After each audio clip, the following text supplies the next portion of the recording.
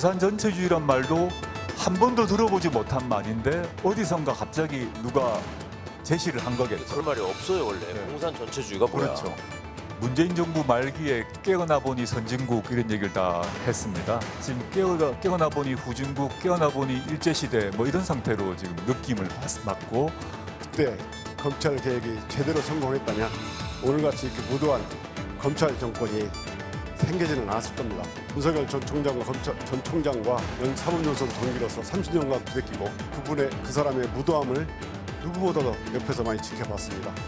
윤석열 전 총장의 무도함과 그 윤석열 사단이 마치 전두환의 하나에 비교될 정도로 윤석열 라인의 수사 방식, 수사 방법, 이 무도함, 최근에 조국 전 장관이 쓴 책이 화제입니다. 출간 기념 북 콘서트도 얼마 전에 열렸는데, 자, 그런데 조금 전에 보신 것처럼 여기서 나온 몇몇 발언들이 계속 좀 언급이 돼서 오늘 첫 번째 앵커의 픽으로 준비했습니다.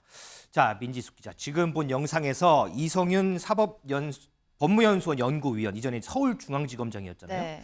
윤석열 대통령과 사법연수원 동기 시절부터 같이 부대 꼈다, 뭐 이런 얘기를 했어요. 맞습니다. 둘이 얼마나 친한 거예요? 그분 그 사람이라고 지칭하는 걸 보면 그렇게 친하진 않았던 것 그런가요? 같은데요. 동기도 동기 나름인 것 같습니다. 최근엔 인연보다 악연이 더 깊었던 것 같습니다. 이성윤 지검장 시절에 추미애 법무부 장관이었죠. 이때 윤석열 검찰총장과 두 사람 사이에 강한 이렇게 반목이 있었습니다. 그렇죠. 이때 윤 총장을 사퇴시킬 목적으로 이른바 찍어내기 감찰을 했다라는 의혹으로 이성윤 전 지검장 지금 감찰을 받고 있는 상태입니다. 네. 이 전 지검장의 이력을 살펴보면 문재인 대통령이 민정수석이던 시절에 직접 보좌했고 이후에 문정부가 시작이 되면서 검사장으로 초고속 승진을 했습니다. 맞아요. 이 조국 전 장관과는 법무부 장관 시절에 이 검찰국장을 맡아서 함께 일한 이력도 있습니다. 장현주 부위원장, 조금 전에 이제 들었지만 이성윤 연구위원이 윤석열 사단은 전두환의 하나회와 비견된다. 지금 이렇게 해서 지금 법무부가 감찰을 검토하고 있다 이렇게 얘기했는데, 이 발언이 이게 감찰 대상에 좀 들어가나요? 어떤가요? 일단 현재 검사 신분이라는 것, 그 부분은 문제가 될 것 같습니다. 법무부 입장에서도 검사 신분인 이 연구위원이 정치적 성격이 있는 행사에 가서 정치적인 발언을 한 것으로 보고요. 특히 국가공무원법 위반이 있는지 여부를 감찰하겠다라는 것이기 때문에 일단 감찰을 할 소지는 있어 보입니다. 그러나 문제는 최근 검사장 인사에서 잘 아시다시피 고발 사주로 지금 1심 재판을 받고 있는 피고인 신분이 손중성 검사가 검사장으로 승진이 되는 또 이런 모습도 있었거든요. 네. 그렇기 때문에 사실 국민의 입장에서 본다면 검찰이 내부 식구들에 대한 감찰이나 징계를 할 때 좀 뭔가 이중잣대로 하는 것이 아니냐라는 이야기도 나올 수 있을 것 같아서 일단 이성윤 연구위원에 대해서는 지금 현재 되고 있는 감찰에 더해서 이번 발언에 대한 감찰이 어떻게 진행될지도 눈여겨봐야겠습니다. 그러면 문제는 참석해서 한 개개인의 발언, 그거보다 더 큰 건 현직 검사 신분에서 이런 행사에 참여해서 정치적으로 오해 살 만한 발언들을 한 부분, 이 부분이 좀 잘못됐다 이렇게 보시나요? 그렇죠. 일단 검사 신분으로 이 정치적으로 볼 수 있는 행사장에 가서 했던 발언 자체가 정치적으로 해석될 수 있다라고 한다면 사실 정치 진영을 따라서 떠나서 국가공무원법상에서는 공무원은 정치적인 중립 의무를 질 의무가 있는 부분들이 있거든요. 그렇기 때문에 앞선에도 원희룡 국토부 장관이 했던 발언들이 과연 정치적으로 중립이 있느냐 이런 부분이 문제됐던 것처럼 공무원이라면 마땅히 정치적 중립성을 가져야 하는 부분이 있기 때문에 법무부에서 이 부분을 감찰하겠다, 감찰 소지가 있다라고 본 부분은 타당해 보입니다. 승지현 의원, 이성윤 전 지검장 발언하는 걸 가만히 들어보면 아까도 잠깐 뭐 나오긴 했지만 조국 전 장관에게는 호칭을 조국 장관 뭐 이렇게 하지만 윤석열 대통령에게 호칭을 윤석열 대통령이라고 하지 않고 윤석열 전 검찰총장이라고 이렇게 지칭을 해요. 의도적인 발언이 아닌가 싶습니다. 의도적으로. 예, 뭐 그때 말했을 때 사람이 저도 말하다 보면 원래 방송에 나왔을 대통령님이라고 말하면 안 되잖아요. 대통령이라고 그렇죠. 말해야 되고 보통 요즘 다 대통령께서 그렇게 이러면 안 돼. 대통령이 이렇게 이야기해야 되는데 저들 입안에 배어 있거든요. 공무원 집단은 대통령님, 대통령께서 이렇게 나오는데 처음에 이야기할 때 뭐라고 나왔죠? 그 분 이랬다가 바로 바꾸잖아요. 그 사람. 그런 것은 자기 내면에는 분명히 공무원으로서의 어떤 기존에 있던 그 존칭이 있는데 저 장소가 장소이니만큼 아마 의도적으로 그 사람이라고 이야기를 했는 것 같고 우리나라 현직 대통령임에도 불구하고 윤석열 전 검찰총장이라고 이야기했는 게 아닌가 싶습니다. 물론 생각이 다르고 그 생각에 좀 마음대로 이렇게 마음의 앙금은 있을 수 있는데 현직 대통령을 무도하다 그러고 그다음에 하나회 같다 그러고 현직 현재 있는 검찰을 굉장히 폄하하는 발언을 하는 거는 조금 부적절함을 넘어서 우리 장 변호사님도 말씀 주셨지만 분명히 감찰의 대상도 되고 저 안에는 우리 형법상 307조 명예훼손의 소지도 분명히 없지는 않아 보여요. 그래서 이런 부분들이 과연 국민들이 어떻게 보겠습니까? 현직 검사이고 지금도 검사장의 신분이고 물론 뭐 퇴직은 못해요. 지금 조사를 받고 있기 때문에 또 서울중앙지검장이라고 우리나라에서 가장 강력한 검찰청을 이끌었던 사람이 지금의 저렇게 말하는 거에 대해서 과연 국민들은 또 어떻게 볼까 그런 생각하게 됩니다. 이 법률 위반 사항에 대해서는 뭐 이 부분은 조금 더 들여다봐야 하는 상황이기 때문에 그거는 조금 더 좀 일단은 이 오늘 대담에서는 좀 차치하도록 하겠습니다. 자, 이동석 전 행정관, 자 조국 전 장관의 발언도 한번 들여다보자고요. 조금 전에 우리가 봤지만 깨어보니 후진국, 깨어보니 일제 강점기 느낌이다 이런 얘기를 했어요. 여기에 대해서 좀 논평을 좀 해주세요. 뭐 조 전 장관이 이런 발언을 했다는 것 자체가 내년 총선에 출마하기 위한 지지층 결집 아닌가 저는 그렇게 보고 있습니다. 총선을 염두에 둔 발언이다. 맞습니다. 나는 100% 총선에 나갈 거다 이런 거를 이 자리에서 이렇게 지지자들께 각인시킨 거라고 저는 보고 있는데요. 네. 지금 조 전 장관이 내 편인 이른바 조국 호위무사 이 두 분들을 모시고 이렇게 한 것 자체가 내 지지층 결집해다오 이런 거를 강력하게 이렇게 촉구한 걸로 보입니다. 지금 이성윤 전 검사장을 지적하고 싶은데요. 지금 현직 검사장이 현직 검사가 피고인 신분의 그런 북 콘서트에 갔다는 자체가 이거는 비판받아 마땅하다고 생각하라고요. 이거는 감찰의 대상이 최고봉에 지금 서 있다. 저는 그렇게 생각합니다. 그러면 장현주 부위원장, 지금 피고인 신분이 이런 장소에 왔다. 이게 좀 부적절하다라고 했는데 조국 전 장관 입장에서도 이걸 알 거 아니에요. 물론 뭐 초대된 건 아니고 그 객석에 있다가 이제 불려 나오긴 했지만 그 부분 생각하지 않았을까요? 사실 그런 부분까지 뭐 다 계획에 있거나 또 계산하고 다 발언이 이루어진 것 같다는 생각은 들지 않습니다. 나름 이제 즉흥적인 발언이었을 것 같다는 생각은 들고요. 그렇기 때문에 이성윤 위원도 아마 저 발언을 사전에 준비했다라기보다는 즉흥적으로 이제 뭐 말을 시키니까 나오는 과정에서 나왔다, 뭐 이야기들이 나왔다 이렇게 좀 봐야 될 부분들도 있을 것 같습니다. 그러나 조국 전 장관에 대해서는 뭐 출마설이 계속해서 지금 나오고 있는 상황이잖아요. 네. 하지만 본인은 계속해서 준비가 되고 있지 않다, 전혀 아니다라고 부인을 하고 있는 상황이기 때문에 저는 이 부분은 뭐 일단 총선까지 몇 달이 남아 있는 상황이기도 하고 그리고 지금 현재 조국 전 장관이 1심에서 또 실형 선고를 받고 항소심 중에 있거든요. 네. 그러면 본인의 어떤 그런 결단보다도 또 사법적으로 이제 절차가 진행되는 부분을 무시할 수가 없기 때문에 현실적으로 봤을 때 총선에 출마할 가능성은 높지 않겠다라는 생각이 듭니다. 제가 안 그래도 연이어서 이제 그거를 한번 질문하려고 했는데 그런데 그 당시에 조국 전 장관 발언 중에 어떤 발언이 있었냐면 내년 총선 이후에는 어떤 일이 생길지 아무것도 모른다 이런 발언이 있었어요. 이거는 어느 맥락으로 그럼 해석을 하면 될까요? 이거는?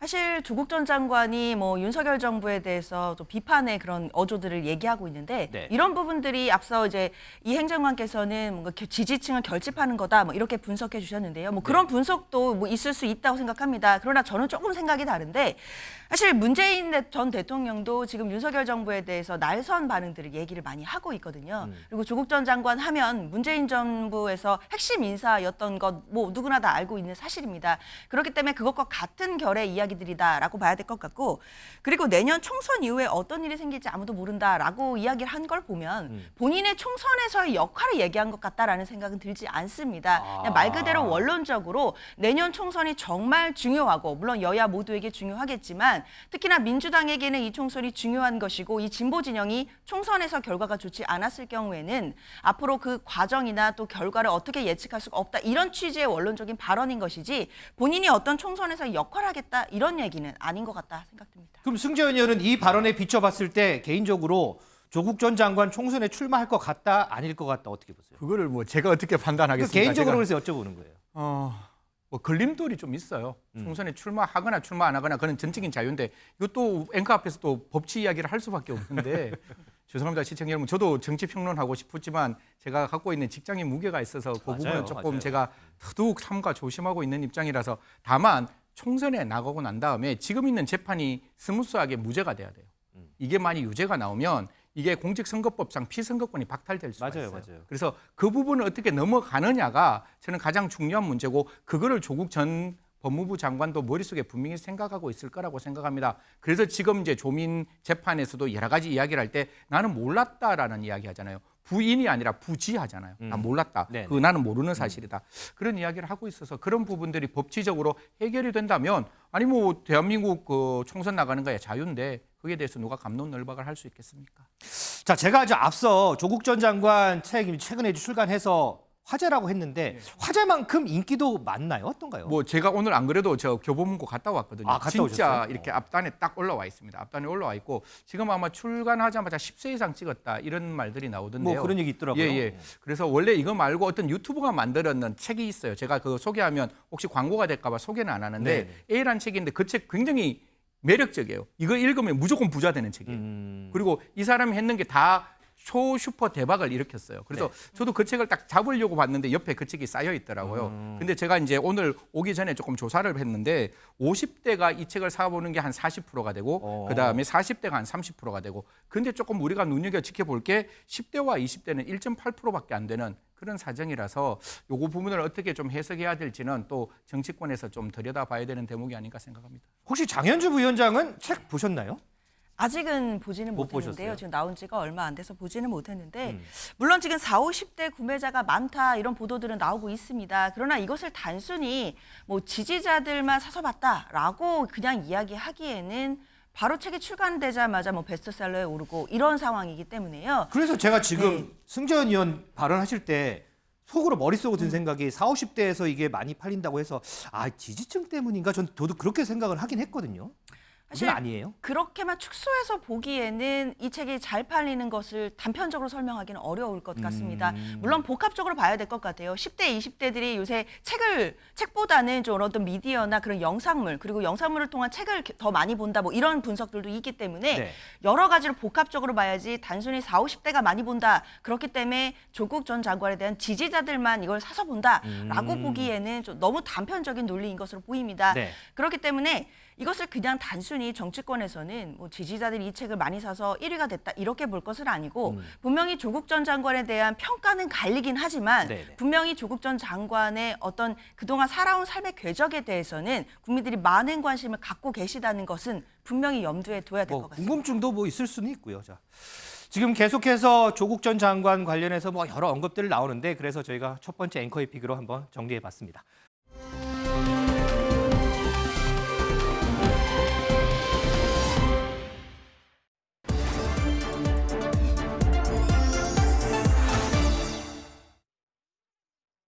네, 뉴플리 오늘 제목은요. 김만배, 신앙림에 조미료 많이 쳤다. 한동훈 특정 후보 위한 보도는 범죄입니다.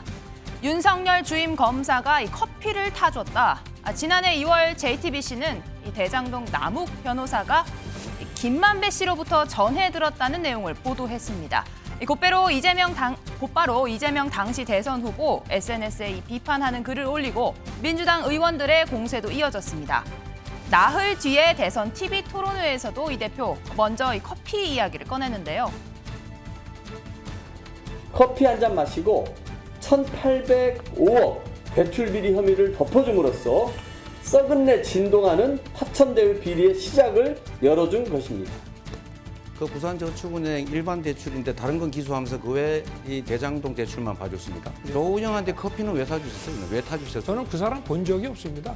아니, 참, 희한하네. 갖다 붙이려고 10년 전 거.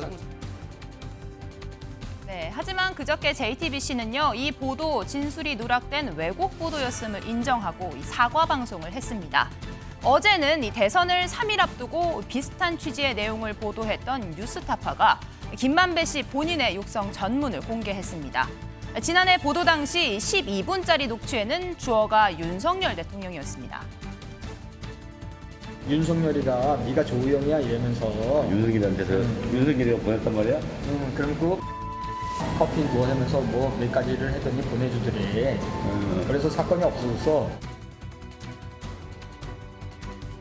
네, 하지만요, 어제 공개된 이 전문은 72분짜리였습니다. 함께 커피를 마신 사람이 누군지 거듭 이어지는 질문에 김만배 씨 입에서 조금 더 구체적인 이야기가 나오는데요. 시청자 여러분 귀에는 어떻게 들리는지 한번 들어보시죠. 그러면 조용한 거 가지고 하고 커피 한잔 마시고 온 거야? 아니면 윤석열하고 마시고 온 거야? 아니면 혼자 거기서 타주니까 직원들이 차 한 잔 어떻게 마시겠어. 네. 갖다 놨는데 못 마시고 나온 거지. 그럼 그 검사는 못 만나고 온 거야? 아니 검사를 만났는데 검사는 누구 검사 만나? 를 만났는데 내가 얼거놓지 않고 네. 그냥 봐줬지. 그러면서 부산저축은행 회장만 꼬리고 시키고. 네, 이런 여러 논란이 불거지자 뉴스타파 측은요, 핵심은 커피가 아니라고 해명했습니다. 윤석열 대통령과 연이 있는 박영수 전 특검을 변호사로 소개한 건 사실이고, 이 수사 무마 청탁 의혹은 여전하다는 취지인데요. 이거 결과적으로 오보입니까 아닙니까? 오보 아닙니다. 이 보도의 취지는 윤석열 검사가 과장으로 있던 대검 중수부가 조우영 씨 사건을 덮었다라는 것이고 덮었을 가능성이 있다는 것이고 커피 얘기는 그 정도로 이를테면 이 조우영이라는 사람이 검찰이 들어갔을 때 편안한 분위기에서 있다 왔다라는 것을 상징하는 한 단면일 뿐이지 커피를 누가 타줬냐 이게 핵심은 전혀 아닌 거예요. 네, 하지만 당사자인 이 김만배 씨 지난 검찰 조사 과정에서요, 윤석열이란 세 글자를 언급한 건 사실 허풍이었다 이렇게 진술했다고 합니다. 녹음하는 줄 모르고 좀 센 사람처럼 보이려고 조미료를 많이 쳤다라는 건데요.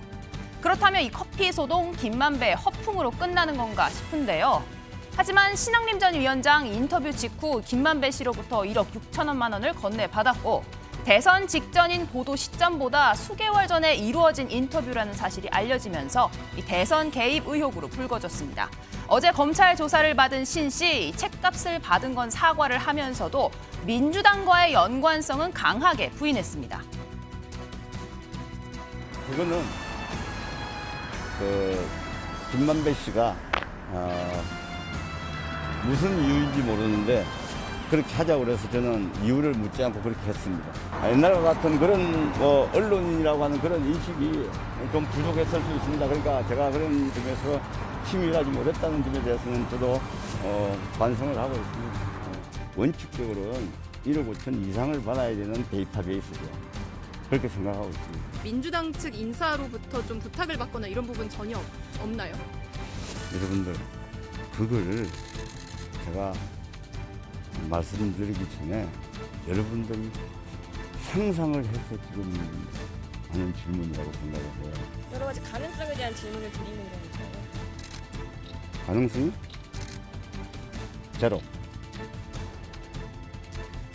네, 민주당에서도 이미 보도된 내용들을 언급했을 뿐 이 사전의 인터뷰를 허위로 기획하거나 조작했다는 의혹에 대해서는 전면 부인했습니다. 녹음은 들어봤더니 입에서 휙 넘겨봤는데 기획 인터뷰가 전혀 아니거든요. 근데도 계속 녹음 파일이 공개됐는데도 계속 지금 공격하는 거죠. 저는 이건 진짜 정치 공작이라고 봅니다. 왜냐하면 그때 장제원 의원이 가방위에서 폐간을 얘기하고 그다음에 이제 방통위가 조치를 내리고 고발하고 검찰 수사가 그냥 일사불란하게 진행되고 있어요. 그럼 녹취 파일을 구했을 텐데 근데도 이거 무슨 명목으로 신앙림을 두고 그래? 뭔 죄가 선거법은 공소시효가 지났고 뭔 죄가 되지? 명예훼손? 누구의 명예훼손? 공작도 아니고 조작이다. 네, 어찌됐든 검찰은 여론조작 특별수사팀을 꾸렸고요. 야권 배후설을 부각하며 공세를 이어가는 여당. 오늘은 이 전 정부까지 언급을 했습니다. 이 조작극에서 누가 가장 큰 이득을 보았습니까? 누가 봐도 이재명 대표입니다. 부산저축은행 비리 은폐 사건의 주범은 당시 청와대 수석으로 있던 문재인 전 대통령이라고 지목하지 않을 수가 없습니다. 대장동 게이트는 이재명 게이트이고 부산저축은행 수사 무마는 문재인 민정수석과 그들의 진영에서 이루어졌던 이런 비리 사건이었다는 걸 다시 한번 밝혀드립니다. 네, 이런 가운데 오늘 대정부 질문 마지막 날이죠. 조금 전에 국회에 나온 한동훈 법무부 장관도 김만배 인터뷰에 대한 해명에 대해서 이렇게 이야기했습니다. 어떤 특정 언론들이 자기들이 미는 후보를 당선시키기 위해서 그렇게 유리한 보도를 검증 없이 허위인 줄 알고 보도했다면 그건 당연히 문제죠. 핵심은 거짓 여부가 아니라 다른 거다 이렇게 얘기하는 거는 그럼 제가 이렇게 한번 여쭤보고 싶습니다. 거짓 보도를 안 하는 게 언론 입장에서 중요한 게 아니라면 도대체 언론한테 뭐가 중요합니까? 언론에게 거짓 보도를 하지 않는 것보다 중요한 가치가 있습니까?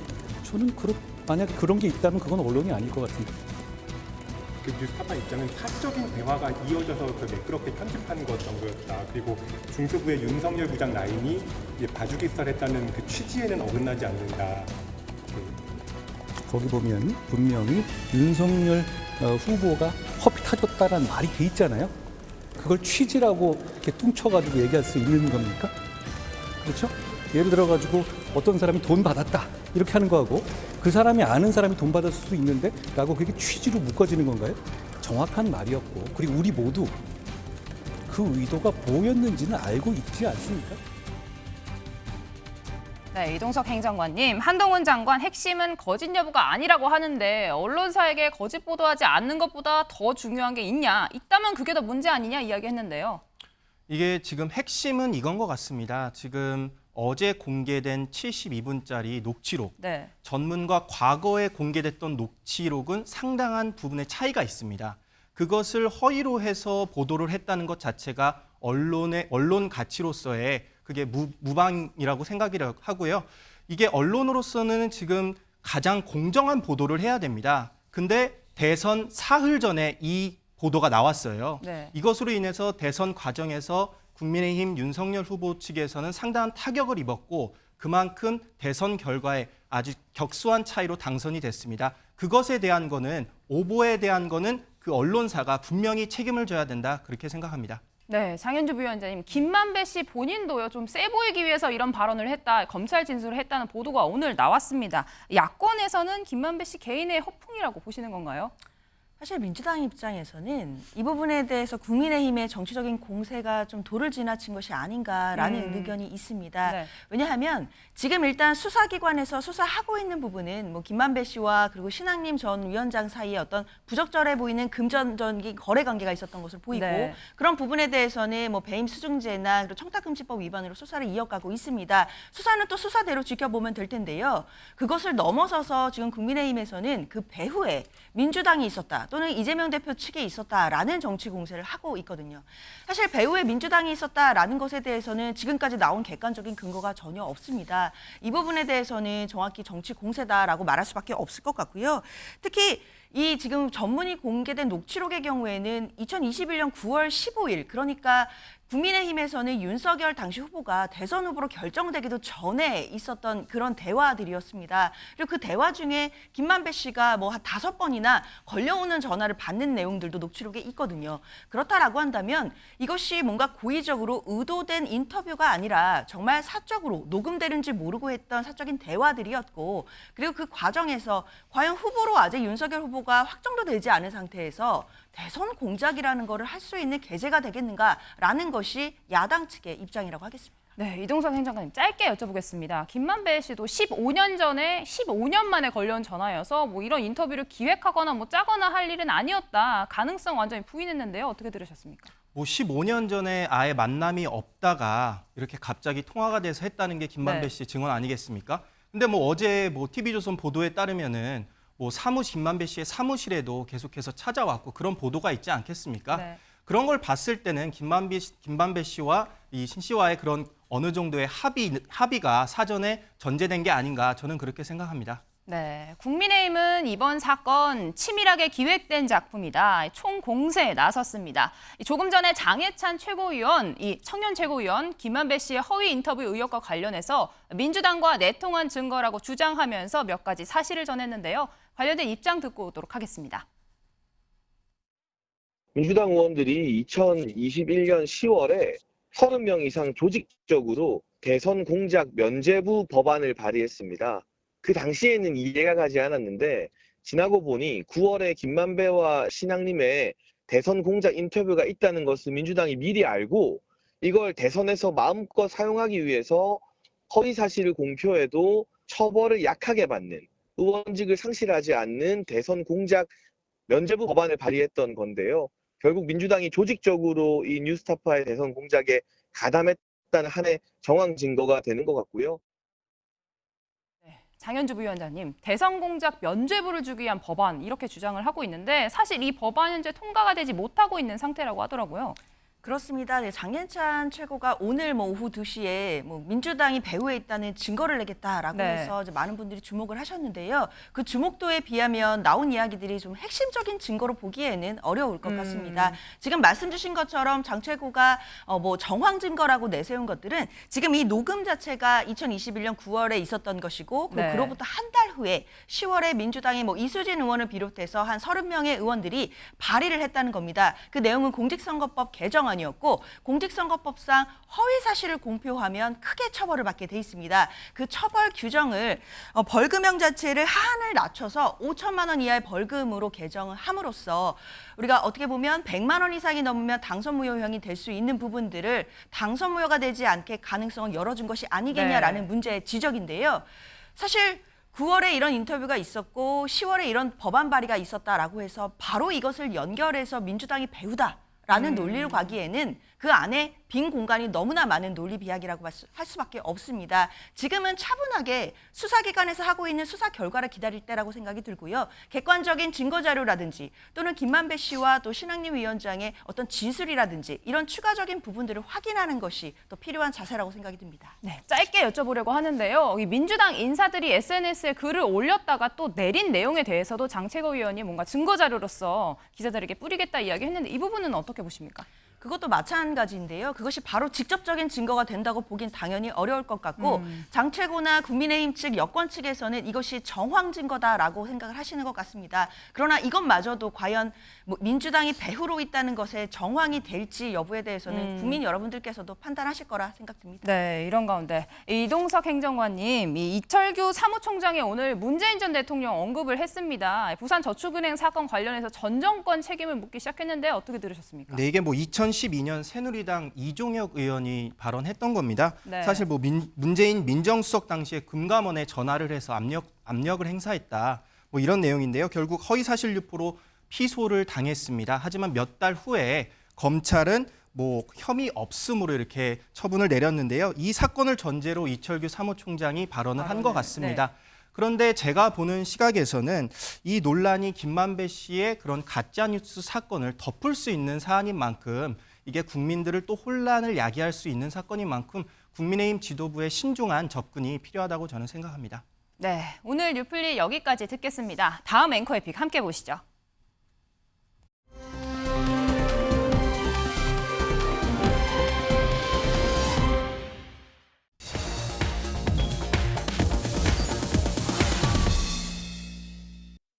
(9일째) 단식을 이어가는 이재명 대표. 그런데 이 단식장 주변에서요, 어제 오늘 음식 얘기들이 많이 좀 나오는 것 같습니다. 이 부분 좀 살펴보겠습니다.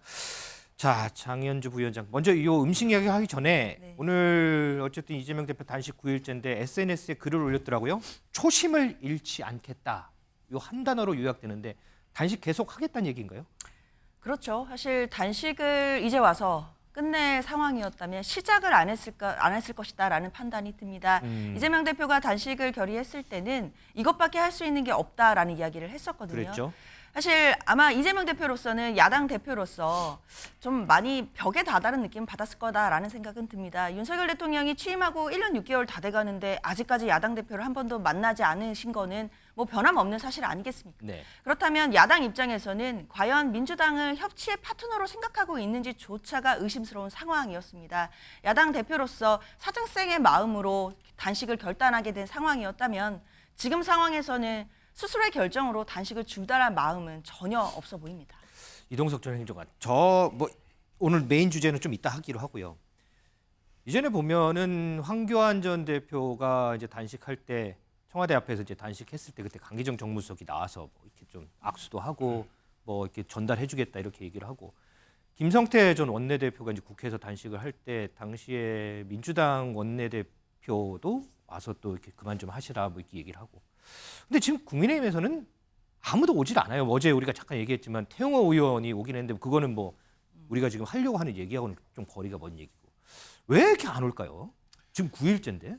이게 뭐 9일째, 10일째 이게 결국엔 극단으로 접어들면은 저는 국민의힘 지도부도 분명히 찾아갈 것이다. 저는 그렇게 예상합니다. 야, 이거는 너무 극단 아닌가요? 네, 지금 뭐 이재명 대표께서 지금 완강하게 본인이 계속해서 이런 단식을 이어가겠다는 입장을 고수하고 있는 상태 아닙니까? 네. 더군다나 이게 검찰 수사를 앞두고 있는 상황에서 자칫 국민의힘 지도부가 이재명 대표에게 이런저런 얘기를 하게 되면 자칫 이런 논란으로 또 다른 논란으로 이게 확전이 될 수가 있는 상황이거든요.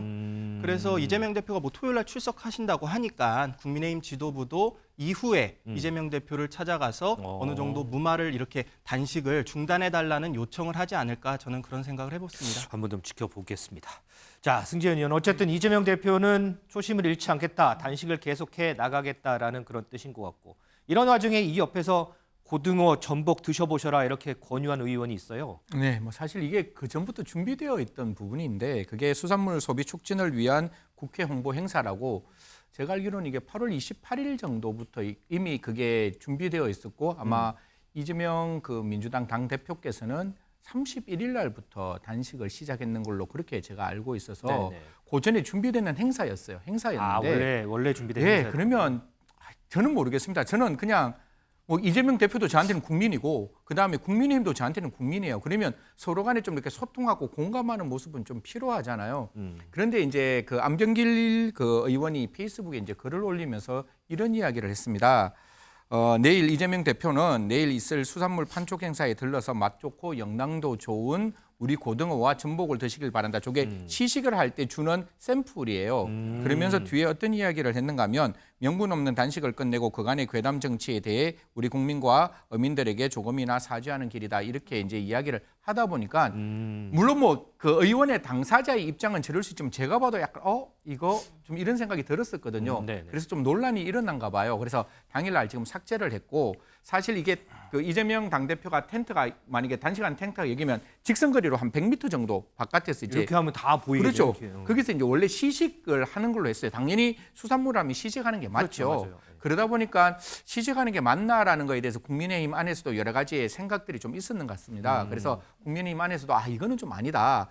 어떻게 보면 야당의 당대표가 단식하고 있는 입장에서 시식하는 건 좀 문제가 있다라고 해서 시식은 캔슬을 하고 시식은 취소를 하고 그 대신 우리 어민들에게 좀 필요한 내용들은 파는 게 맞는 거잖아요. 네네. 그래서 그거는 지금 진행하고 있다. 그래서 이 행사는 8월 28일 행사고 이재명 당대표는 31일 날 그 단식을 진행해서 시차는 조금 있었다. 시식 행사가 있으려고 했는데 시식 행사는 취소했다. 여기까지가 지금까지 있었던 일입니다. 자, 이 안병길 의원 SNS가 논란이 되니까요. 여야 모두에서 좀 제동을 거는 발언들이 나왔습니다. 목소리 좀 듣겠습니다. 민주당 대표가 단식을 하고 있는 상황이니까 거기서 뭐 음식을 먹고 뭐 이런 그 행사는 안 했으면 좋겠다. 뭐 판매 홍보 이런 정도로 축소해서 하라고 제가 지침을 그렇게 항의의 뜻이 이미 전달이 됐고 당 차원에서 뭐 윤리 제소라든지 이런 걸 통해서 절차를 진행하면 된다고 생각합니다. 더 이상 방문하지 않도록 제가 당부를 했고 태영호 의원이 수용할 것으로 생각합니다. 단식장에서 100m도 떨어지지 않는 곳에서 먹방을 하겠다라는 거고요. 국민의힘 모 의원은 자 출구 전략으로 와서 고등어 드셔라 라고 비아냥대고 있고요. 하지만 야당 대표가 단식을 하면 정부 여당 입장에서는 와서 들어야죠. 그게 기본이지 않습니까? 상식이고. 하지만 대통령한테 찍힐까 봐 못 오는 거 아닌가 싶거든요. 그러니까 정말 속이 좁은 정부라고밖에 생각 안 됩니다. 이동성 지금 어쨌든 뭐 윤재욱 원내대표는 당 내에 뭐 여러 논란들에 대해서 경고를 날렸어요. 그런데 이제 그 뒤에 윤건영 의원이 발언한 내용을 보면 국민의힘에서 오지 못하는 건 대통령한테 찍힐까봐 못 온다고 하는데 좀 전에 이동석 행정관은 아마 내일 이제 검찰 조사가 끝나면 그때 올 것 같다라고 예상을 했잖아요. 요거하고 좀 배치가 되는데 어때요? 이게 사실 뭐 정치권의 그런 행보라는 거는 사실 이게 낮에도 일어날 수 있지만 뭐 밤에도 일어날 수 있습니까? 그렇죠, 뭐. 있습니다. 그게 김성태 전 원내대표의 그 드루킹 특검 요구하는 단식을 할 때도요. 사실 그 민주당 중진 의원들께서 밤에 이렇게 찾아와서 기자들이 없을 때 이런 협약을 이렇게 내온 것으로 저는 알고 있는데요.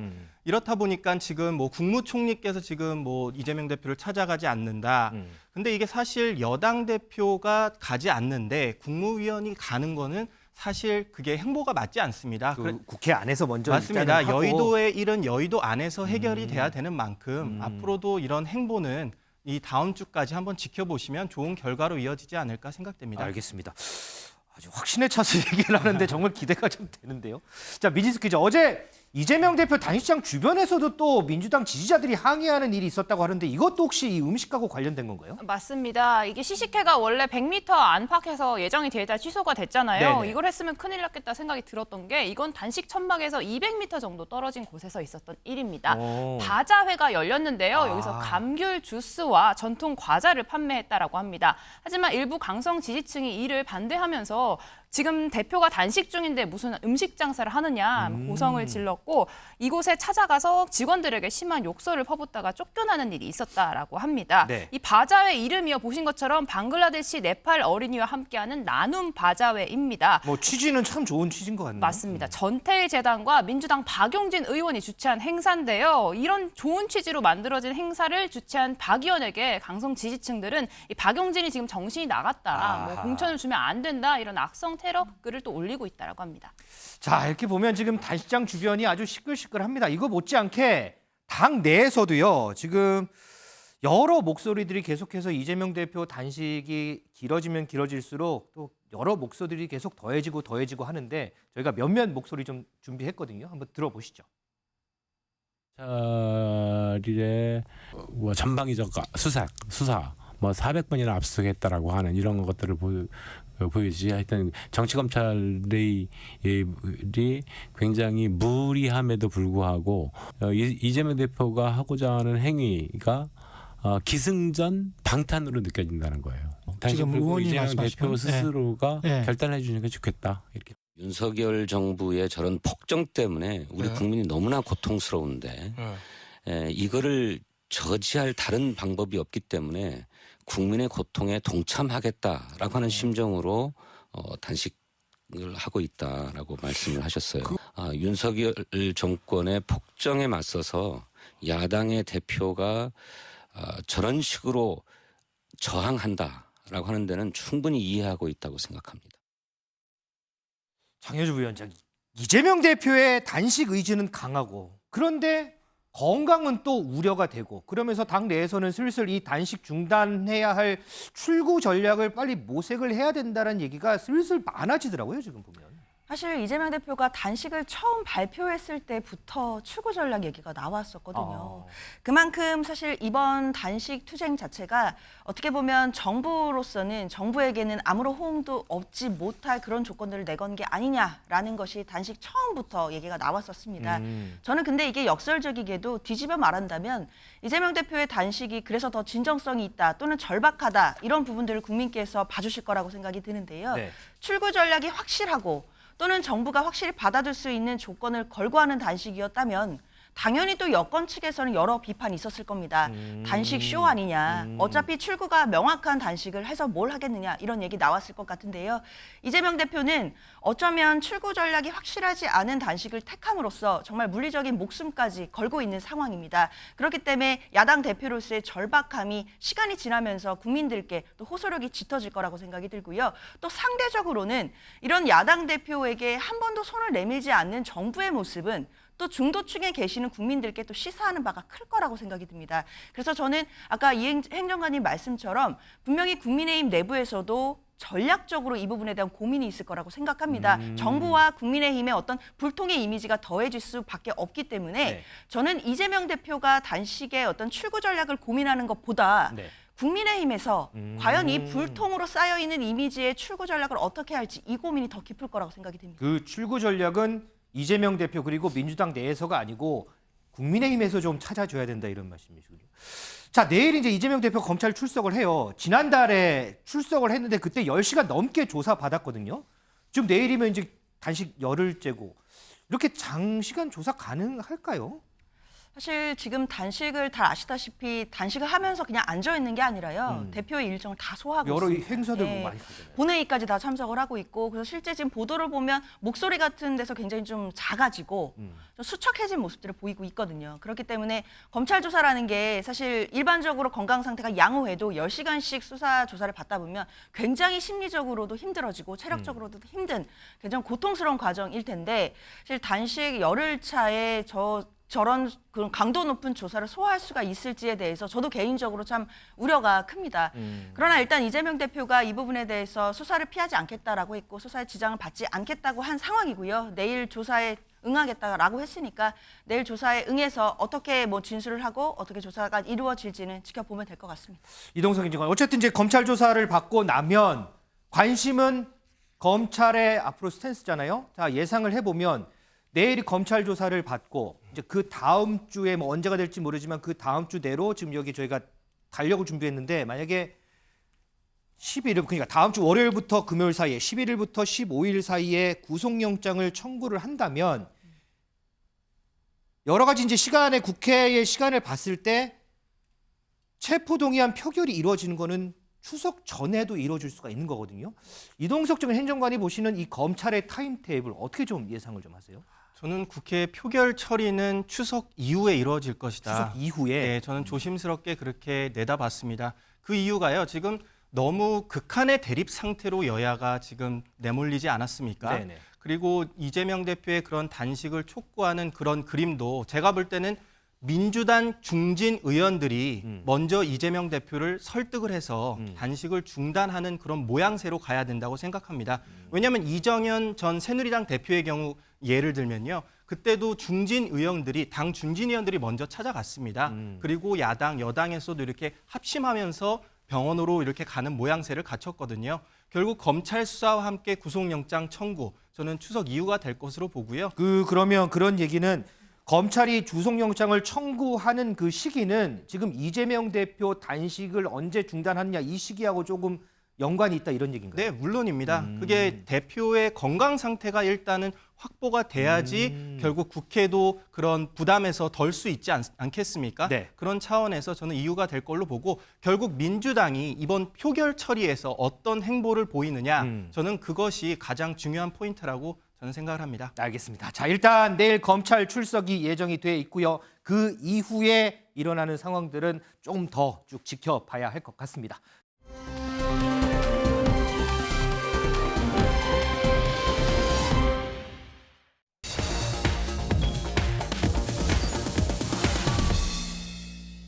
자, 요즘에 흉악범죄가 연이어 일어나면서요. 개인용 호신용품 구매율이 많이 증가했다고 하죠. 그런데 이 호신용품이 개인을 지키는 게 아니라 남을 해하는데 사용되는 경우가 있어서 이것도 참 문제로 대두되고 있습니다. 이번 앵커이픽에서 이 문제 좀 얘기해 보겠습니다. 자, 민지숙 기자, 먼저 호신용품이 흉기로 변한 사례, 그 사례 하나만 좀 얘기 좀 해주세요. 네, 우려했던 일이 벌어졌습니다. 이 뉴스 영상을 보고 저도 정말 깜짝 놀랐는데요. 네. 지난 월요일 경남 양산에서 있었던 일입니다. 이 버스 정류장에 앉아있던 한 50대 여성을요, 이 전기 충격기로 공격한 남성이 구속이 됐습니다. 와. 영상을 보시면요, 저렇게 횡단보도를 따라서 건너가던 한 남성이 있습니다. 저 빨간 동그라미 한 저 남성인가요? 맞습니다. 하지만 정류장에 앉아있는 여성을 향해서 팔을 뻗는 모습이 포착이 되는데요. 좀 있으면 나올 것 같습니다. 네네네네. 그 영상에 속에 있는 여성이 갑자기 벌떡 일어서는 모습이 보입니다. 지금인 거군요. 맞습니다. 팔을 뻗고 예. 이게 목 부분에 전기 충격기를 갖다 대서 전기가 갑자기 오르니까 여성이 깜짝 놀라서 그러겠죠, 자리에서 예. 일어나는 모습입니다. 이 가해 남성은요, 정류장에 앉아있는 피해자의 목을 이렇게 2차례 공격한 뒤에 길을 따라서 달아났는데요. 인근 마트로 도주한 다음에 신고를 받고 출동한 경찰에게 붙잡혔습니다. 이 남성의 다리를 수색했더니 양말 속에서 이 전기 충격기가 나왔고 배낭 속에서는 당고봉이 든 스타킹도 발견이 됐다라고 합니다. 경찰 조사 결과 이 남성은 울산에 사는 40대 남성이었는데요. 이 지난달에 구입했던 이 전기 충격기 사람에게 직접 써보면 어떻게 되는지 궁금해서 한번 실험을 해봤다. 이렇게 경찰에 진술했다고 합니다. 야, 참. 지금 이 피해 당한 여성은요, 전치 2주 상해 입고서 지금 병원 치료를 계속하고 있다고 하는데, 와, 지금 민지숙 기자가 설명을 했잖아요. 이거 어떻게 진짜 이거 되는 건지 안 되는 건지 이거 사용해보고 싶어서 했다고? 꼭 얘기도 경찰이 했거든요. 경찰 얘기 한번 들어볼까요? 사람이 충격기를 맞으면 어떻게 되는지 궁금해서 그렇답니다. 일상적으로 아는 전자충격기 맞고 기절하고 쓰러지고 이러는 건 아닙니다. 승진 의원님, 이 말을 고지고대 들어야 되나요? 여기 전기 충격기 맞으면 어떻게 되는지 궁금해서 이걸 했다라는 게 이게? 그러니까 저는 뭐 정말 계속 제가 사자성어를 쓰는 것 중에 천지분간 안 되는 사람이라는 말을 가끔씩 쓰고 있는데 전기 충격기 이거 신고하고 허가 받아야 되거든요. 그러면 그 총포류에서 그 전기 충격기를 사면 이거를 이제 샀으니까 신고를 하고 허가를 받을 때 두 가지를 확인해요. 하나는 뭔가 하면 운전 면허증을 확인해서 이 사람이 이렇게 손발이 제대로 움직일 수 있는 건강한 사람이냐 이걸 확인하는 거고, 두 번째는 전과기록 올 때요. 전과기록 올 때서 이 사람이 과거에 전과가 있는지 없으면 그때 허가가 하는 건데 지금 주고 그냥 아무데나 살 수 있는 건 아니에요. 예. 그래서 그런 부분이 물론 그 볼트가 굉장히 낮은 거는 그냥 삽니다. 근데 일반적으로 딱 했을 때 충격이 빡 오는 거는 그렇게 허가 사항인데 문제는 지금 그렇게 샀는 사람, 이게 총포사에서 이걸 신청해서 허가 받아서 가지고 있는 합법적인 물건이라는데 이걸 그렇게 전기 충격기를 하고 이게 어떤가 싶어서 확인하고 싶다는 것은 제가 봤을 때 모르겠습니다. 제가 그 사람을 다르게 생각하는 게 아니라 한 번 정도 그 사람이 마음이 아픈지를 우리는 좀 확인 좀 해봐야 될 것 같아요. 앵커는 그 물건 샀을 때 그런 생각 듭니까? 한번 실험해 보겠다. 우리는 그런 생각 잘 안 들잖아요. 일반적으로는 그런 생각하지 안 하잖아요. 많이 어려운 생각이거든요. 그래서 뭐 저도 이건 확인돼야 되는 부분인데 언론에서도 몇 군데에서는 마음이 좀 아팠었다 이런 이야기들 나오고 있으니까요. 허가를 받을 때 이게 정말 조심스러운 부분인데 개인정보를 과연 우리가 어디까지 확인해야 되는 건지, 그게 깊이 확인하면 사찰이 되고 약하게 확인하면 남용이 될 수 있는데 참 그 부분이 고민이란 말씀 드리겠습니다. 그런데 아까 민지숙 기자 설명 중에 이 남성 가방 안에서 당구공하고 스타킹이 있었다고 하잖아요. 저는 그러면 그거를 듣고서 유추를 해보면 단순히 전기 충격기 위력을 확인해 보기 위해서 했을까라는 그런 궁금증은 들긴 해요, 이게. 제가 제일 무서운 대목입니다. 앵커가 질문을 해주셔서 제가 그 부분을 꼭 짚고 넘어가고 싶었거든요.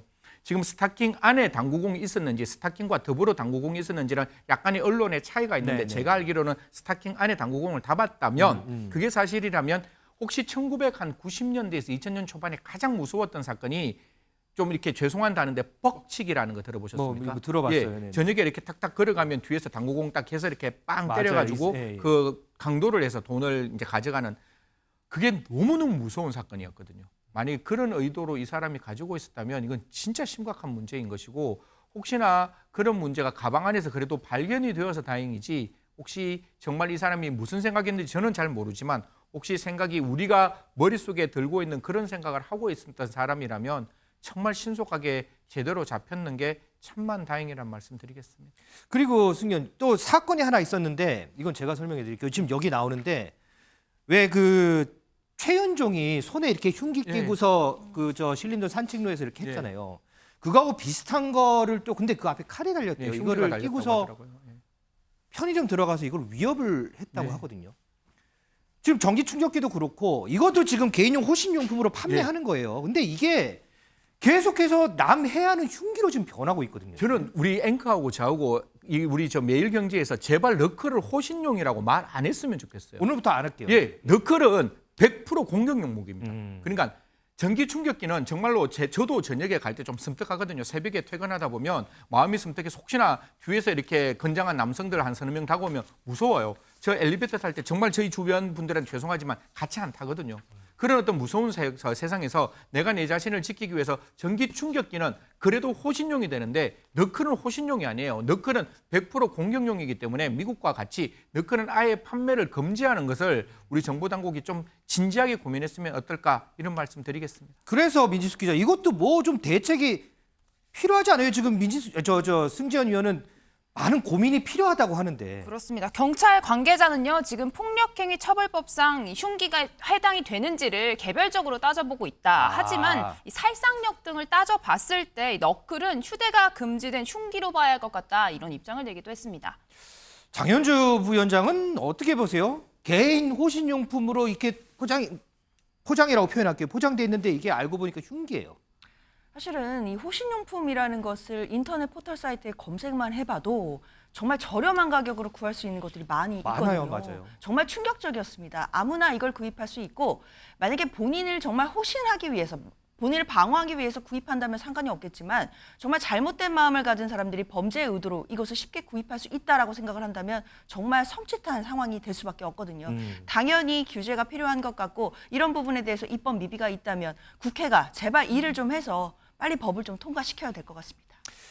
다시 한번 말씀드리지만요. 이 호신용품은 나 보호하라고 만들어서 판매하는 거지 이거 사서 남 해하라고 그렇게 만들어서 판매하는 거는 절대 아닙니다.